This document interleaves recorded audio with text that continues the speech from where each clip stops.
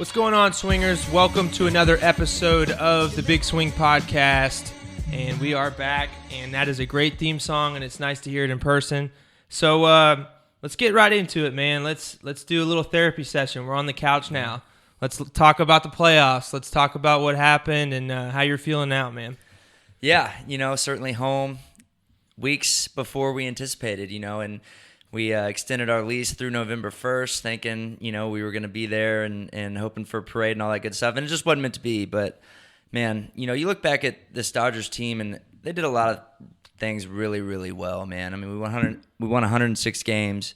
Bellinger's probably going to be the MVP. Hyun-Jin is maybe the Cy Young, probably at the top 3 in the Cy Young for sure. We had a healthy Kershaw make 30 starts. We had nothing but rookie after rookie come up and make major impacts, and we're going to be really good for a really long time, man. And I know fans in our locker room, our coaches, everyone, our families, man, we're super disappointed and upset. We've lost, obviously, in the World Series the last 2 years, and when the locker room, you lose in a World Series, you're kind of like bummed, you're sad. This locker room after this loss was just like in shock. Yeah. And there was some anger in there and just like some disbelief, and we just kind of sat there for like 15 minutes in silence almost, and then you get up and you start hugging each other. And it stinks, man. It stinks to think of the grind that goes through just getting through spring training, and then the grind to get through 162 games and stay healthy, and then now you're the 1 seed and you're trying to get back to the World Series and it gets cut short. It sucks. So, Yeah. I mean, it's long. The season's so long. I mean, I was kind of feeling it because I was there during spring training, like with you. We did the podcast. Of course, it's never the same level as actually playing the games and everything. But, I really was invested from spring training all the way 162 and then into the playoffs. So I was shocked how bummed I was, man. I was bummed. I was yelling. I was mad at my TV. I was pissed off, and I was sad, and I didn't want to see it end like I'm sure you guys didn't. I was having fun watching it. But like you said, it wasn't in the stars. You played a team that was sort of like a team of destiny thing, and they sort of just seemed like, man, you just felt something about them. I was scared going into that matchup because they just felt like they had something different, something special cooking up there. And, Soto was hot, Rendon was hot, and obviously the pitching was hot. So, I hate to see it lose, but, at least they're now in the World Series, and they swept the Cardinals, and it's a team that, you're not mad to lose to now. Yeah, we knew we had our hands full, right? If you go back to, I don't know, it was like the middle of May or something, their record and our record was like the same. Yeah. Their run differential was super similar. They were putting up zeros by their pitching staff and scoring a lot of runs. I think they scored the second most runs in the National League behind us and had an starter's ERA, super similar, and, bullpen's a weakness, which we'll touch on with the World Series preview. But we knew we had our hands full.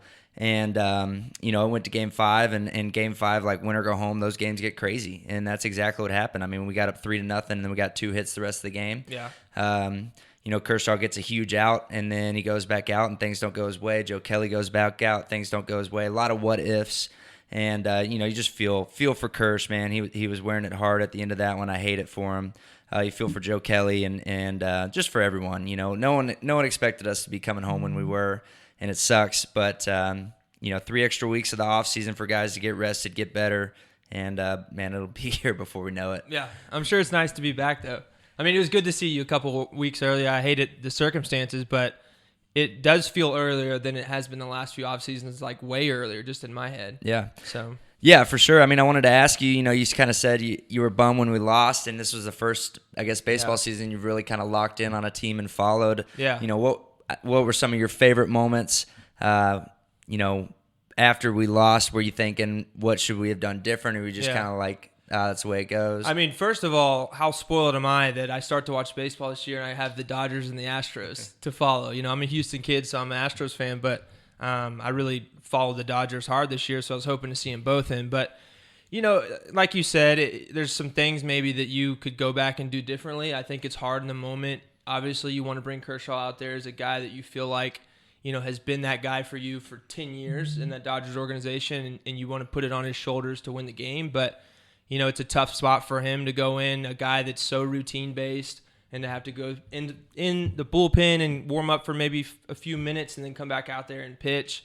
It's a tough spot for Kershaw. I hate I'm sure he's the first one to say that he needs to perform, and he needed to perform in that moment. But I think that people that don't realize how tough that spot is, I'm sure that you can attest to it firsthand as a guy that does both. But, and then another thing, I think there was a lot of meat of the lineup. A lot of guys started out 0-2 and, just runs in scoring position, didn't step up. And, it's part of it. You started out the game, you had, 3 runs, and then you don't get it hit the rest of the game hardly. So, I don't know. I mean, there's things you'd be doing differently, of course, but what it's hard as someone that's kind of now been, met some of these guys and done the podcast. It's like people are so ridiculous. Like they act like these guys aren't trying to win. You know what I mean? It's like, oh, they went out and not trying to win, which is so stupid. But of course, I was bummed too, though. Yeah, I'm a fan too. It is a bummer, man. It's an absolute bummer, and you keep saying the way it went down just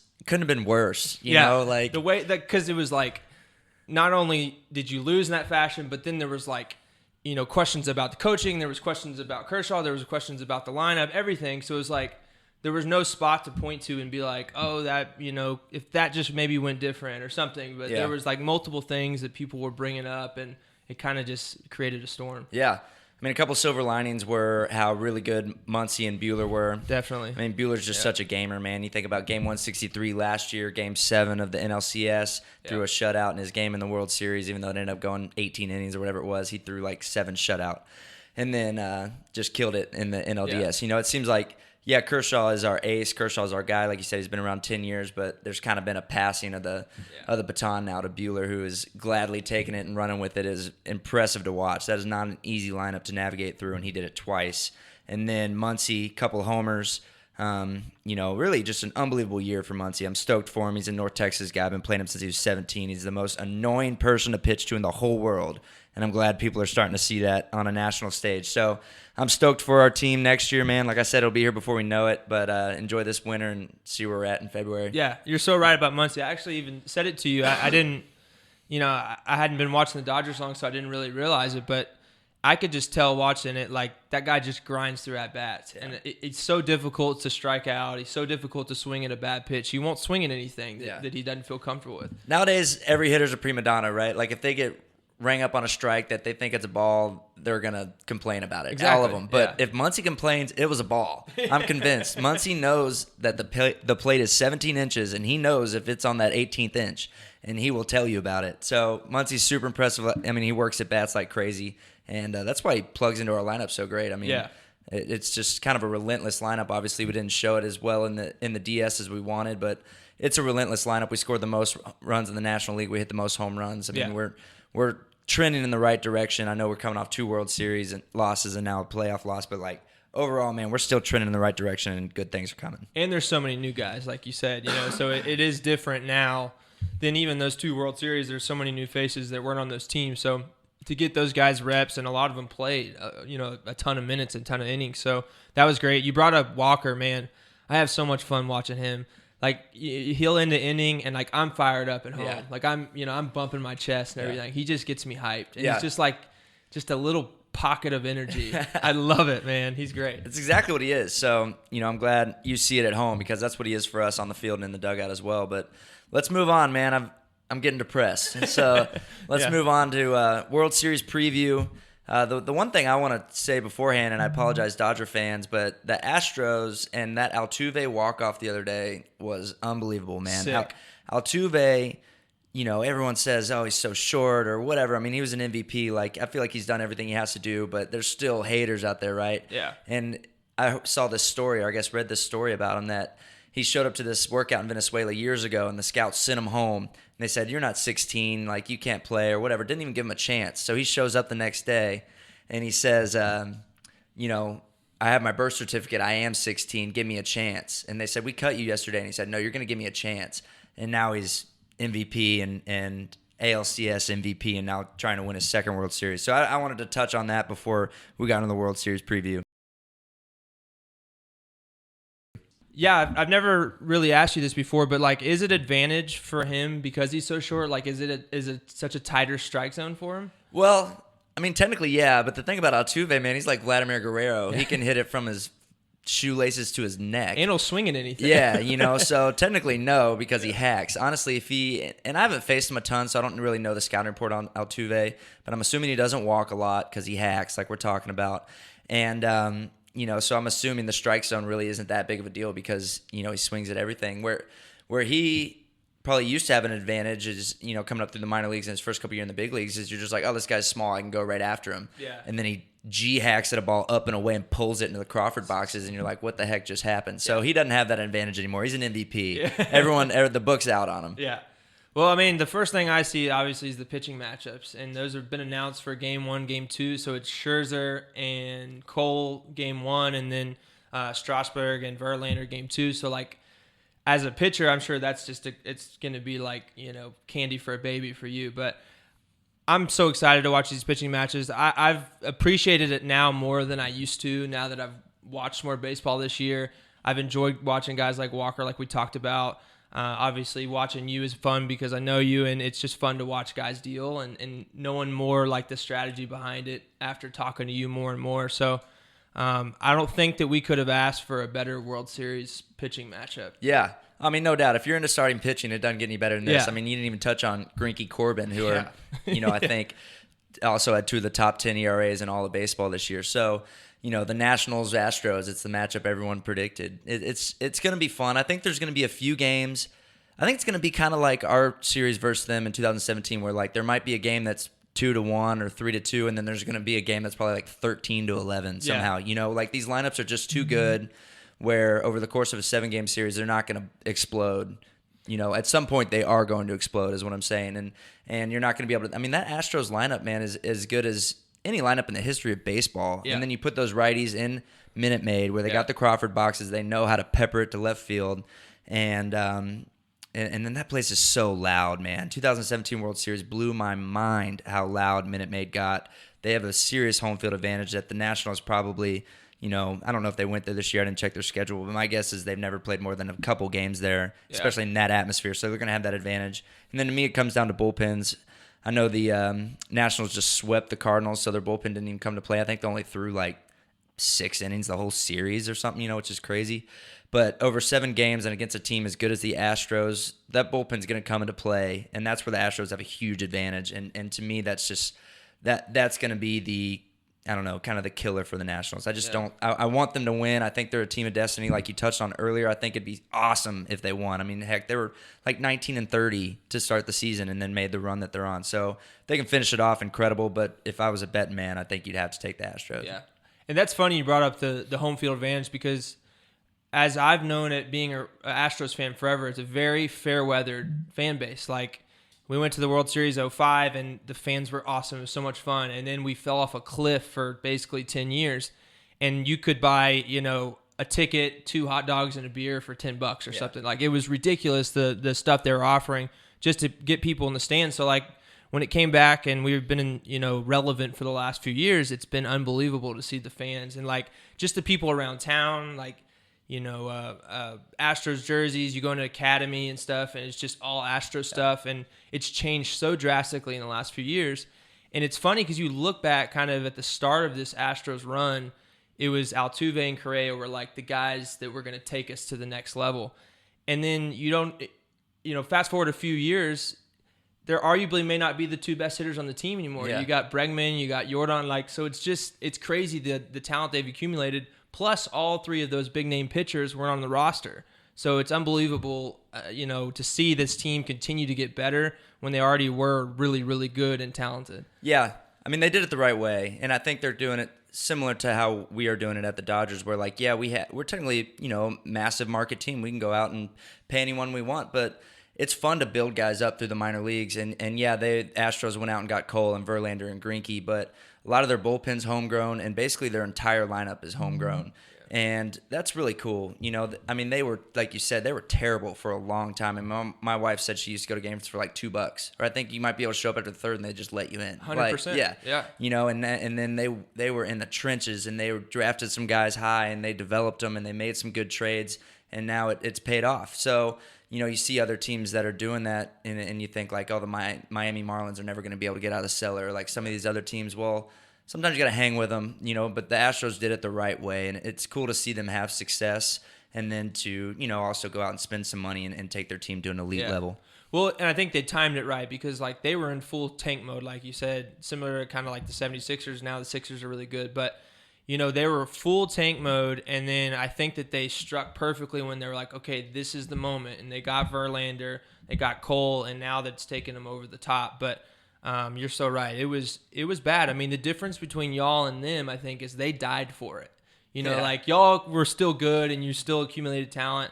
They spent no money, and they died for it for like 10 years. And then they got Altuve and got Correa, and then now all these other guys. So I think that's one of the reasons why you see that home crowd so crazy and so ready to go because, it was like we couldn't care. We tried to care, but we couldn't for so long because just the product on the field was unwatchable. Yeah, I mean, Correa was the first overall pick my draft, 2012. So think about that. They were the worst team in baseball, 2011, right, to have the first overall pick, and then they won a World Series in 2017, are now trying to win another one in 19. So, they turned it around, and like you said, they died for it, no doubt. And I didn't even mention Springer either. Right, yeah, Springer. Yeah, they have guys that fall through the cracks. Yeah. It's kind of like we do a little bit. Like Seager falls through the cracks all the time, and it's like Corey Seager was Rookie of the Year, 2 Silver Sluggers. Like, I mean, he's still like 24 years old. I mean, both teams just have, and we're not there, so you can only talk about the Astros and how good they are. But like Dodgers are similar, man. We have talent coming out of every orifice we have. Well, and there was a Sports Illustrated article. I don't know if you ever saw it. I want to say it was in like 2014 or 2015, but it had a picture of Springer and it said the 2017 World Series champions, and it was the Astros, and it came true. Obviously, that was cool. But I mean, it you could kind of see it start building there, like maybe 5 years ago, but it still felt like it was so far away, and then it happened really, really quickly. So I'm excited, man. Natitude's back. Astros are back. 2 great teams, 2 fun lineups, I think. 2 amazing pitching staff. So I think that these teams match up really well. So it'll be great. So what's your prediction? I think the Astros are just too strong top to bottom. I mean, I think the Nationals are really, really talented. Like I said, good staff, good meat of the lineup in Soto and Rendon. But, I think that they're just going to run out of gas. I think that they're running into a team sort of like how you guys did last year with the Red Sox. Just a buzzsaw. Like the whole roster is really, really good. So there's really no holes for the Astros. Yeah, I think Astros in 6.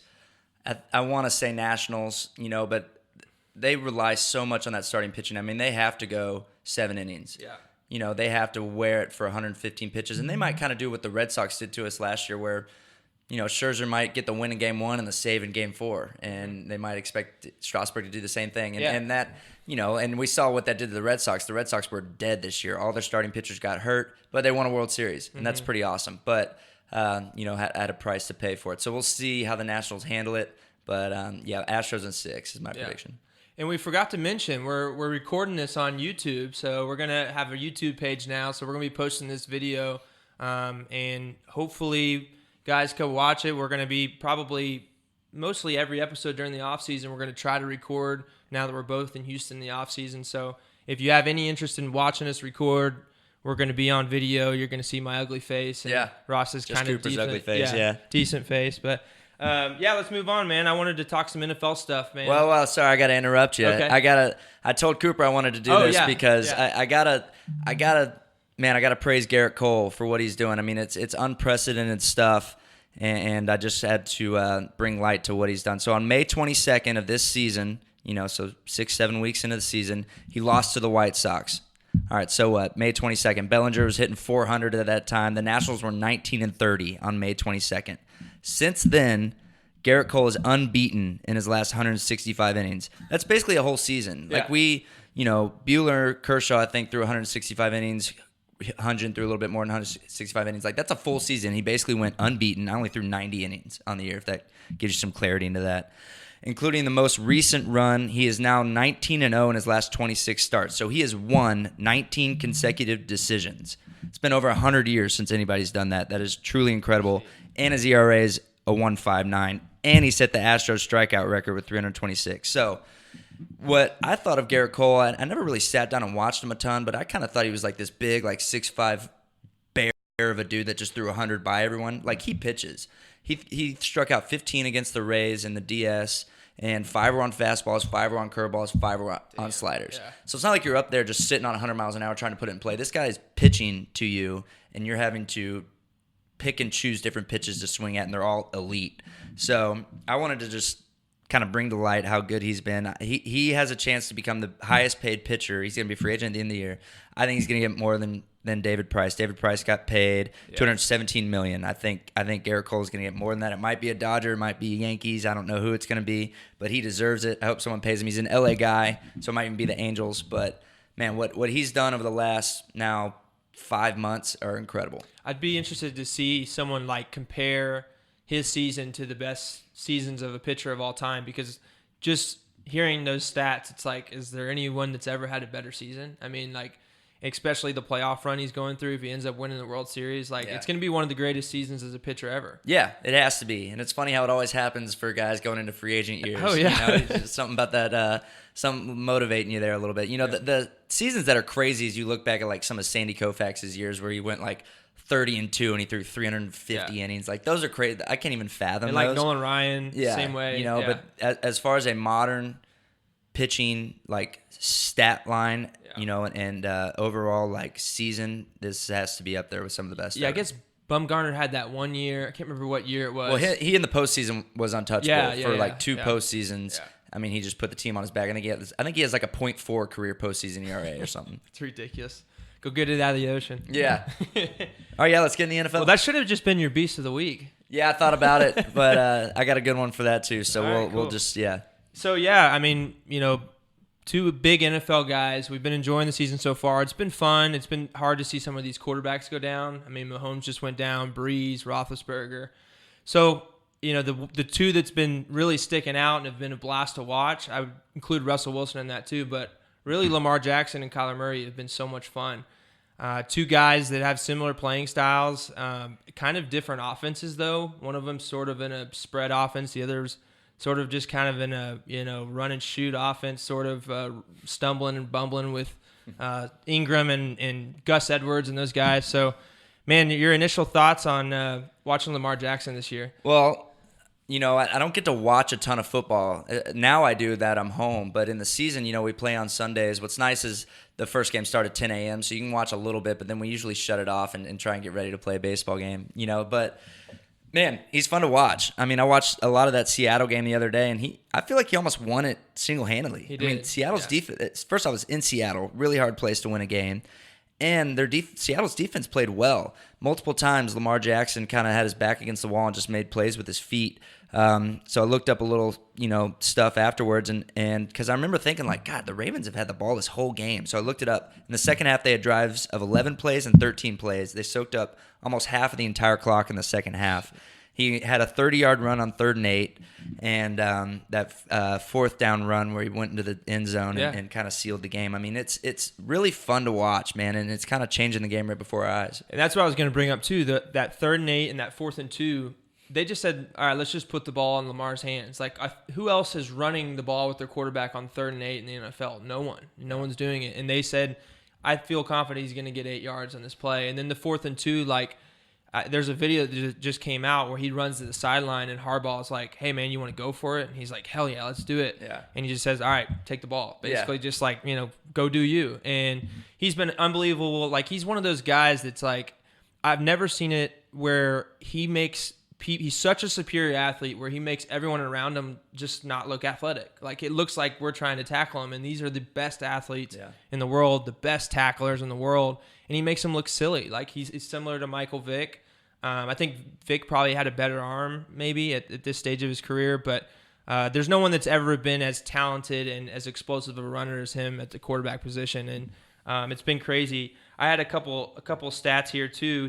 He was the first player, I think he did it last week, first player that had 200 yards passing and 150 yards rushing in one game. And, I mean, just think about how hard that is to gobble that many yards. And it's crazy to me that he can get 150 yards rushing and still have the, like, stamina to go out there and drop back and find receivers. So that was amazing to me. I saw another stat, too, and you know, he's always going to be compared to Michael Vick for sure. Michael Vick in 143 games had 1,100-yard games. on the ground, and Lamar has 4, and he's played 14 as a starter. Yeah. So yeah, similar stats. So I saw in his career, Michael Vick only had 8 times where he threw for 100 and ran for 100. Lamar's already done it 4 times, and Right. Michael Vick's the top that no one's ever done it more. So Yeah. 8. Lamar's now already done it 4. Yeah. Yeah, he's gonna break the rushing record for a quarterback too. I think Michael Vick was around like 1,100 or something, and he's on pace for 1,300. And this is his first full year as a starter. Yeah. And you would have thought that teams had enough tape on him playing 7 games last year to be able to cut off this run, but they have no answers for it. And as long as he's able to stay healthy, which is the big if for these running quarterbacks, of course, but I think that's also a cliche too, because Roethlisberger and Breeze and Mahomes are hurt and they don't run. So it's like everyone gets hurt. They're quarterbacks. They're going to get hurt. So whether it happens running or getting smashed in the pocket, guys get hurt. So I know it's going to happen. He's going to get hurt, and they're going to be like, oh, he needs to stop running, which, you can't take away his greatest asset.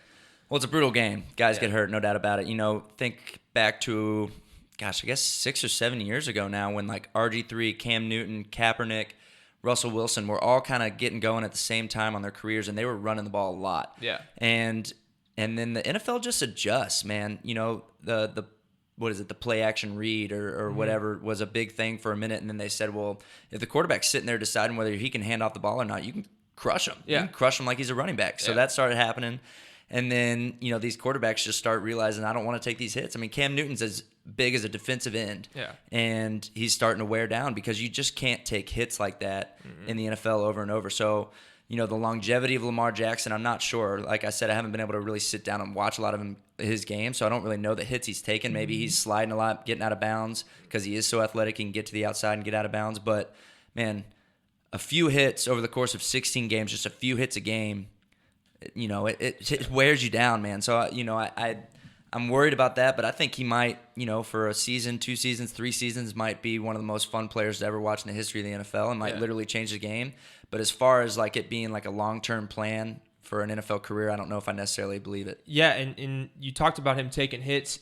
He doesn't take these huge hits because he's so elusive and so fast that like even at the point of attack, he kind of will take a step and get around you and not take the biggest hit, kind of get wrapped up at his legs. It's similar to how Johnny was. Johnny never took big hits for some reason. He had that like one cut thing where he just wouldn't get those large hits. He would avoid them at the last second. But it's the accumulation of hits. You can only get grabbed around your ankles enough times and then have to drop back another 20 times and stay healthy. You saw Russell Wilson. He ran. I think he like had the most rushing touchdowns in the first 3 years of anyone's career, and then he started having some ankle issues. He started having some hip issues and stuff like that. So he stepped back, and basically he runs when he absolutely have to, and he uses his feet to just escape the pocket and make plays, similar to Aaron Rodgers. And, they use their athleticism in the same way, but just don't put themselves in harm's way as much. So hopefully Lamar Jackson doesn't take that away from his game altogether, but just kind of evolves it like Russell Wilson did. So we'll see. Yeah, so similar player and similar style is now Kyler Murray, right? Yeah. Much smaller in stature. Could have been maybe the best Aggie quarterback, and that's saying a lot with, Johnny and some others, Tannehill, that have come through. And he goes and wins a Heisman at OU. And man, Kyle just Allen. Breaks our heart. Kyle Allen now winning games for the Panthers. Sumlin, my man, what were you doing? So kind of what have you seen from Kyler? Which one would you rather have? Let's say you're trying to, build a franchise over the next 10 years. Would you build it around Kyler or would you build it around Lamar? It's so hard because it's still so early. What I've been impressed about Kyler is that he seemed to get better every week. And I don't know if that's just him feeling more comfortable, and I think it's probably him feeling more comfortable in the offense. I'm drawing a blank. What's his name? Coach. For? Cardinals. Aggie. Oh, my gosh. We're missing it now. Oh, my gosh. Kingsbury. Yeah. I know oh, man. K. Yeah. Tracy's going to be mad at me. Yeah. She thinks he's hot. He's a good-looking dude. Yeah. But anyways, I think he's probably gotten more comfortable calling plays in the NFL because he's been in college and no one was really sure if that offense would work. And I think that it's just moved quicker and it's moved more fluid than it did those first few games. So I like his improvement, but, man, it's hard to watch Lamar and not feel like taking someone so, explosive and so just something we've never seen and something that's so out of the ordinary that you could do so many things with your team. man, I think I would take Lamar, but it is close, and I'm curious to see how Kyler finishes the year. Yeah, I agree. It's if you stood them side by side, I don't know how you couldn't take Lamar if Kyler just is not your prototypical quarterback. And so we're both Texas guys. I'm a North Texas guy, which is Kyler went to Allen, which is up in a little bit above Dallas, and he was like all you heard about. Yeah. And he's significantly younger than me. I was already in college, maybe coming out of college by the time he was kind of going through high school, and he's still all you heard about. And then he gets to college, and he's all you hear about. I mean, he's been the best at every level he's ever been, and I guess you could say that about Lamar Jackson as well. And what's interesting about both of them is really neither one of them have very good skill positions around them, right? I think the Cardinals have the worst O-line in football. The Ravens are notoriously a defensive team. That's a defensive division.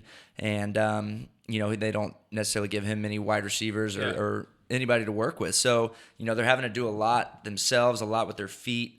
And it's been fun to watch. I think I would take Kyler. I just think I just trust his arm a little bit more. Me too. And you look at like Dak Prescott. I think I saw you tweet either yesterday or today that like you would take him right now. Like you think Dak's made a good step forward. He has. Like he throws the ball significantly better than he did years ago. Like there's no telling Lamar Jackson could be like that as well. He could also go work with whoever that guy is Dak worked with and start slinging it around the field. But until they have like quality skill position guys and receivers he can throw to, I think the way they're running their offense right now is the way you have to do it. Well, and an offense that's built around throwing the ball. Like, I think that they probably did that in response to them not feeling comfortable with Lamar's arm. But Kyler's in an offense where it's, they're not throwing it really down the field a lot. But, I mean, he's throwing a ton. Like, he's one of the leaders in the league in pass attempts. So, that tells me a little bit more that they feel more comfortable with him throwing the ball. And he doesn't take a lot of hits because he's getting the ball out of his hand so quickly. It doesn't take a lot of hits, gets the ball out quickly. And then when he does run, it's in response to a rush or it's like a draw play where he's probably not going to take this big slam. So, it's hard. They're two guys I'm definitely looking forward to, and I think they're going to be stars in the league. I don't see how they couldn't be. Yeah. So, all right, man. Well, let's move on to some Zion talk.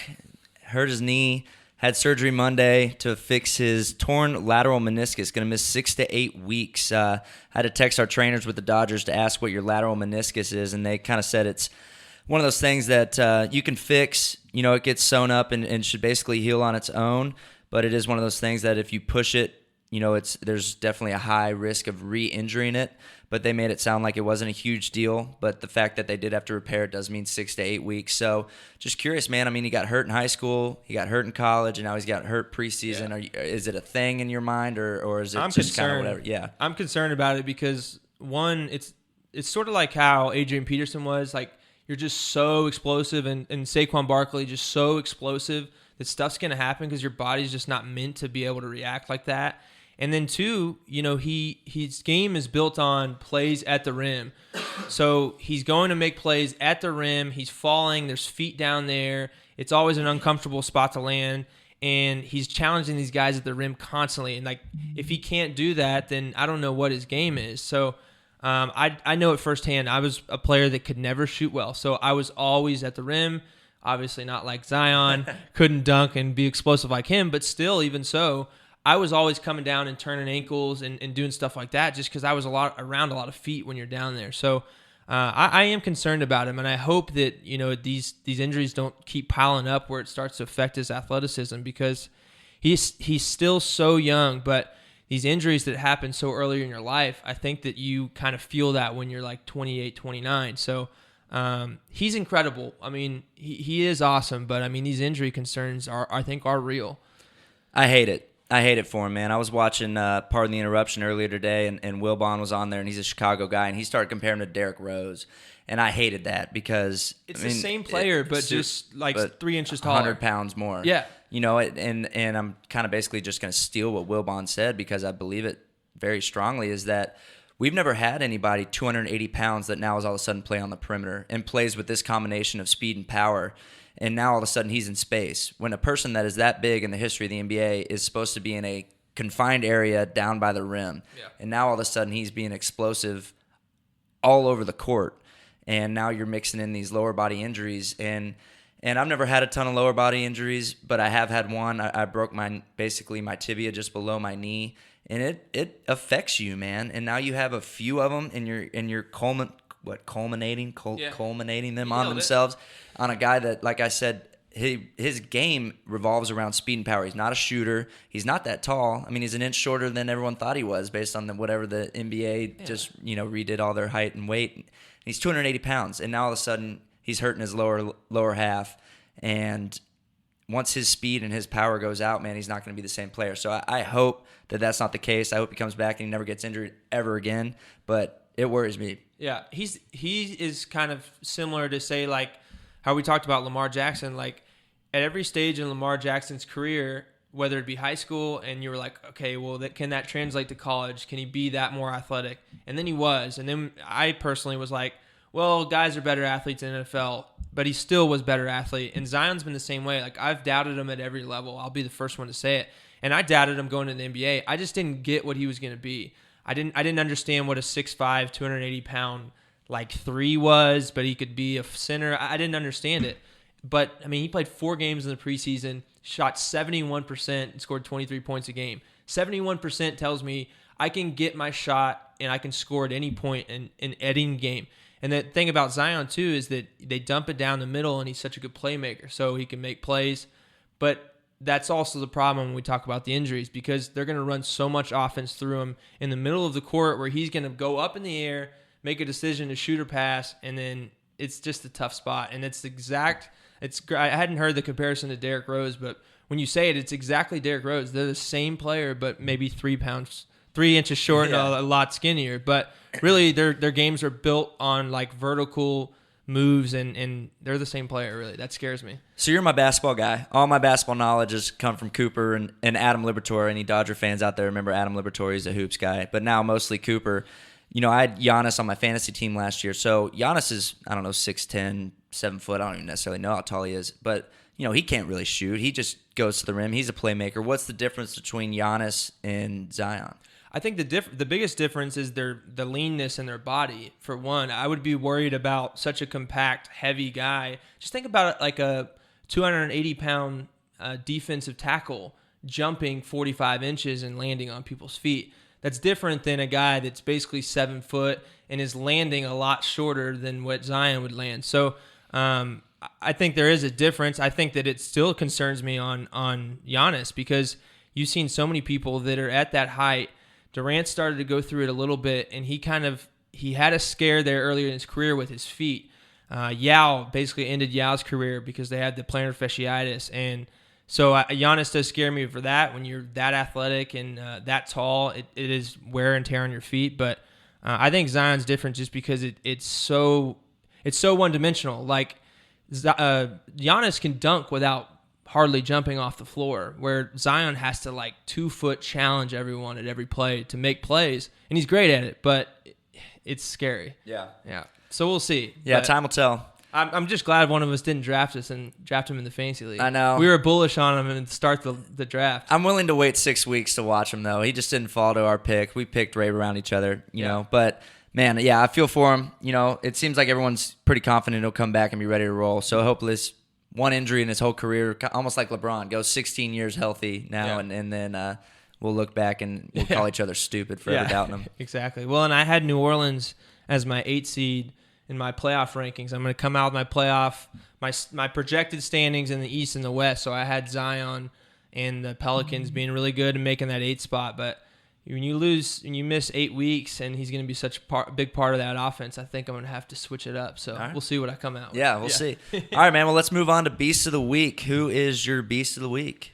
All right. My Beast of the Week is a kind of a unique one. It is an Alabama student that went to jail because he called in a bomb threat at an LSU game. So have you heard this story at all? I actually have not. Okay, then you're in for a treat. So this guy, he went to Alabama, and LSU and Florida were playing, and his best friend, his buddy next to him, was about to lose a big bet.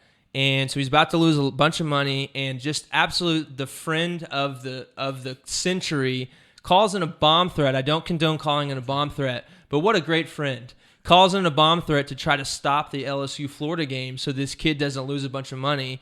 Ends up getting traced back to him, and he goes to jail. But, just the level of commitment of friendship, I really appreciate it, and it's a total beast move. So many questions. How much is a expensive bet for a college kid. I mean, it was probably like $50. You know, it could have been daddy's money. I don't know. How did he ever expect it not to get traced back to him? Well, if I'm having to guess, it was a fraternity guy at Alabama. He was probably absolutely hammered at the moment, and I think he made a decision. Hey, am I going to support my buddy or am I going to go to jail here? And I think he ended up doing both. But I just want to confirm that I would have the same level of commitment from you as a friend. False. Man, I think I draw the line at bomb threat. Okay, well, I don't. It's all starting to come out now. Gosh, what a story. So he looked in his mugshot video. He did not look sober. I'm sure his dad is just beyond embarrassed. Yeah, I mean, because that goes viral. You know, you go to work the next day or Monday, everyone knows. Yeah, I wonder if, because I don't know which way he had the bet, whether he had the LSU or Florida line. Right. So I wonder if it ended up affecting him. He may have still won the bet and then his friend's in jail. So I don't know. He's going to need to bail him out with that money he won. Yeah, for sure. Yeah. My gosh. All right, good one. Yeah, okay. Mine's much different. So a lot of people don't know behind the scenes baseball, like who takes care of us. So think about this. We just lost. We lost on I don't know, what was it, a Tuesday or a Wednesday? Let's say it was Tuesday. Most guys are going home Wednesday night, Thursday morning. That's a quick turnaround to get all this stuff home. So my beast of the week is the Los Angeles Dodgers clubbies. There are guys behind the scenes, you know, they're doing laundry. They're doing all sorts of stuff to get us ready to play that no one even thinks about. And now we've just lost, and we got to get all our stuff home. I bring like 14 of the biggest U-Haul boxes you've ever seen. They tape them up, they weigh them, they send them to FedEx, they send them home. I just leave my wife's car keys behind. We fly home. They get the person to ship it home. Like all the logistics, all this stuff that no one even thinks about, man, that they help us do. They don't get nearly the credit they should. They're incredible. There's a group we got like 6 or 7 of them, and they're all awesome. Our head guy's name's Alex Torres. We want to get him on the podcast bad because there's some crazy Yasiel Puig and other guys' stories that he would never, ever tell, but I'm working on him to try and get him to tell him. What is it, Big Swing After Dark? Yeah, Big Swing After Dark. Yeah, we'll bring it back. And so I want those guys to get a little love. What they do for us is insane, and we literally would be out there looking like a bunch of hooligans if it wasn't for them and what they do for us in the locker room. So clubbies, Los Angeles Dodgers, baseball, any sport, well done. Keep up the good work. Nice. That is, I mean, it's very pandering pick from you, but that's what I do. It's a great pick, but it is pandering, I have to say. But no, I mean they're gonna ship your boxes out first if they get whiff of this next year. Yeah. Hopefully it's after the World Series though. Hopefully, my guy. Yeah, hopefully it's like November 6th, and everything just smells like champagne. Get it shipped home. There you go. All right, man. Let's move into our big swing bets. You want to start out with yours? Yeah. All right. So I went 3-0 a few weeks ago, and then I didn't even watch the end of that Titans-Chargers game. So I figured out what happened because I texted Ross, and I was like, "Hey, Ross, you're gonna go 2-1. You're still gonna be up by 1. We tied this week." And because I turned off the game right whenever they scored, so Austin Eckler scored. But they ended up reviewing it, called him down at the 1, and then Melvin Gordon runs it and fumbles it at the 1, and the game's over. Yeah. So that's what ended up happening. So good beat from me. Man, gosh, good for you. What's funny is how like 7 weeks in, it shows you how hard betting is on the NFL. I mean, we're just taking 3 lines that we think are no-brainers, and we're still like a little over 50%. And it's crazy that we're tied. It's 11-11 through 7 weeks. I didn't think that was going to happen. That's awesome. Yeah. All right, so mine this week. My first one, Seattle -3.5 at Atlanta. Atlanta stinks. I mean, I keep thinking they're going to turn it around, or at least they'll be able to put up 30 points with Matt Ryan in that offense. But, I mean, they stink. And Seattle coming off a loss to the Ravens. They're a really good team. I think they'll go into Atlanta and win by more than 3.5. My next one, Packers at Kansas City. Mahomes is my fantasy quarterback, man. This one breaks my heart. And Kansas City is a tough place to go win a game, but no Mahomes. That defense is not very good. What is it, Matt Moore playing? Matt Moore is going to get the start, and Aaron Rodgers just came off 6 touchdowns in one game. I think they win that game by more than a field goal. And they can run the ball so well. Yeah. That's the difference is they finally have a run game in Green Bay. Right. You know, so is new offensive regime in there, right? And everyone was kind of like, we don't know. It'll probably take a bit. Well, I think we're there. They're firing on all cylinders, and they're ready to go. And then now my last one is Carolina +6.5 at San Francisco. So San Francisco, really good team. They're undefeated. I mean, they're not going to go undefeated on the season. That's just a fact. You don't do that in the NFL unless you're, run by Tom Brady, I guess. But, plus 6.5 to a team coming off a bye, and they're playing really good. That defense is good. Christian McCaffrey's, in my opinion, now leading the MVP race.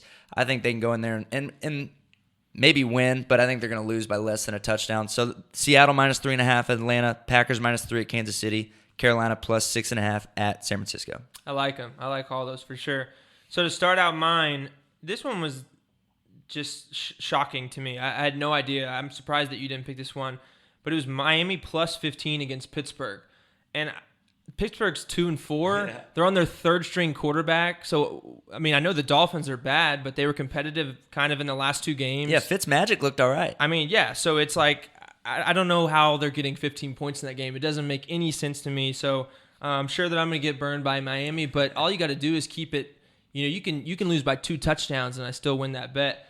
So we'll see. I mean, they kept it close against the Bills last week, and they really had a lot of chances to win that game. I mean, Fitzmagic had some magic, but then he also had some his late game interceptions. Of course, yeah. It comes with the magic. So I'm going to take Miami plus 15. My next one is the Chargers plus 5.5. I hate this Chargers team. It's kind of the Chargers are kind of like the Falcons. They should be so much better than they are, and they just can never seem to pull it together, like late in games, late in the red zone. So. But I'm still going to take them. With that being said, this Bears offense they're playing is very, very bad. They're really bad. They can't run the ball, and they really never show any plan to run the ball. They had 10 rushes last game, and then Trubisky is so bad. He cannot throw the ball. So they're in a position where they can't set up the run with the pass, and then they can't set up the pass with the run. So they just don't move. Their defense is really good, but they do have some injuries. So I'm just hoping the Chargers find something on offense, and I think 5.5 points is enough to at least keep it close. They're always close. The Chargers are always close in these games. So I'm going to take the Chargers plus 5.5. And then with my last one, I'm going to go Arizona plus 10 versus Saints. So the Saints, to me, are the best team in the NFC. I think, Bridgewater 5-0 now. Yeah. And that's another thing like you were talking about with San Francisco. I think Bridgewater's got to lose at some point. You know, I think that he's been in a situation where he's gotten better each week, but he's really I don't know that he's that great. I think we're kind of overrating him because that team's so good. So I like Arizona to keep it close. They've gotten better every week. Kyler's gotten better. They always kind of have these late touchdowns to sort of cover these spreads. So I'm hoping Arizona plus 10 versus Saints. I like it. Right when Mahomes got hurt, I went and picked up Bridgewater just because they're playing Arizona, who has I think the worst rated defense in the league this year. And he went out and put a really good game up against the Bears. He's solid, but, at some point you got to regress, right? I don't know. Yeah, you would think so, but I'm going to take him against the 30th ranked defense. And I mean, he was the best option available. I drafted Mahomes. His bye week isn't until week 12. So I never drafted a backup when most other guys have 2 quarterbacks. Some of them have 3 on their roster. So I was looking at the bottom of the barrel, and Bridgewater sitting there. I was like, all right, I'll give it a go. Yeah. I drafted Breeze, and now I got Minshew, and he's been solid for me. But I had one more question, and this is NFL related. I'm going to see if you can get it. I didn't get it when I heard this stat, but who is the leader in quarterback rating in the league right now? Leader in quarterback rating in the league. Great question. I mean, does rushing count? No, it's just I think it's just passing stats. Okay, so it's just passing stats. So think outside the box. Is it Minshew because you it's just not, brought him up? Not. Okay, think outside of the box. All right, because I wanted to say Russell Wilson. I feel like he's been doing great. Thinking outside of the box. Is it oh man? You want me to give it to you? Yeah, just tell me. Kirk Cousins. No way. Kirk Cousins. I mean, yeah, they threw the ball 8 times in week 1. He hadn't had a lot of options. All he did was say sorry. The power of sorry, man. He said sorry to all those guys, and then Diggs is going to leave the team. He doesn't come to practice and then gets 3 touchdowns the next week, and he's involved in every play. Hopefully Thielen's not hurt long term, but it's insane, man. It's the power of sorry. Yeah. Yeah, I would have never gotten that. Yeah. I think you could have given me 10 guesses. I don't think I would have thrown out Cousins. 100%. Yeah, I would have never got that either. But all right, man. Anything else you wanted to add? No, I mean, for one, I want to say thanks to everyone for supporting us during the season, both podcast and baseball. I mean, Man, that was a lot of fun. We're going to keep it going in the off season. I brought all my stuff home. We're going to be signing it and giving it away. Some sweet stuff. Yeah, some good stuff. We're going to be enjoying these recordings. If you guys are watching, thank you very much. So stick with us, Swingers. It's going to be a fun off season. We got some good guests lined up. I work out with some of the best players in baseball. We're going to try and get them in here, and we got some other options as well. So thanks to everyone for listening and continuing to support us. Definitely. And go on YouTube and subscribe on there. Once you hit a certain amount of subscribers for us, it makes it a lot easier. We can have better links and attach it to our posts and everything, and it's so much better. So please hit the subscribe button, and we'd really appreciate it. Appreciate it, Swingers, and we'll see you next time.